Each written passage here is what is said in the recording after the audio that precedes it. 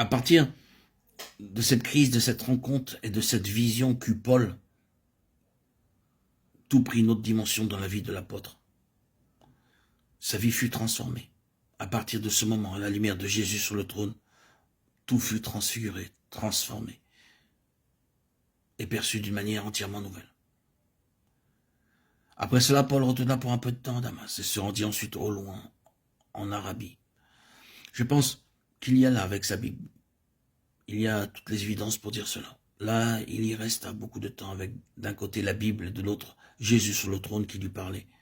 C'est la manière de connaître votre Bible, c'est la clé. Jésus sur le trône et la Bible. Et Paul saisit d'une manière nouvelle le contenu de sa Bible, de son Ancien Testament avec lequel il avait été si familiarisé, éclairé par la vivante lumière de cette grande vérité de Jésus sur le trône. Et quand il lisait la Bible, il voyait partout de manière implicite cette réalité.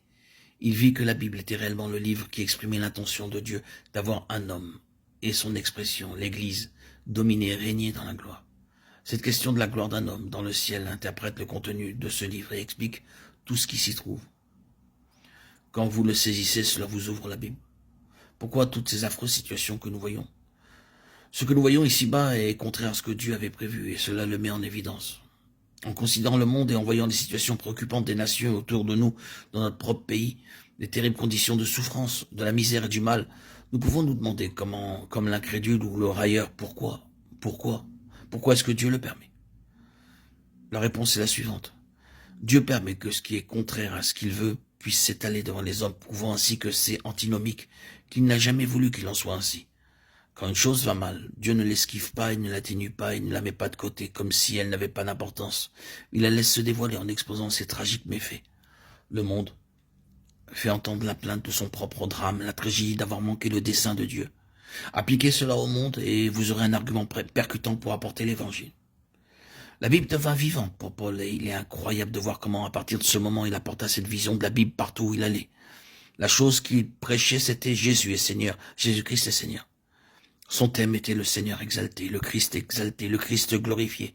Et Paul le prêchait à partir de la Bible. Cela avait changé sa conception de la Bible. Ce fut la cause et l'explication de son travail et de sa mission. Quelle fut la grande chose à laquelle il se consacra? Qu'est-ce qui fit de lui un apôtre? Sa mission et son travail étaient soumis au test de la gloire absolue du Seigneur Jésus. Pour que Jésus puisse recouvrer sa juste place dans ce monde et dans le cœur des hommes.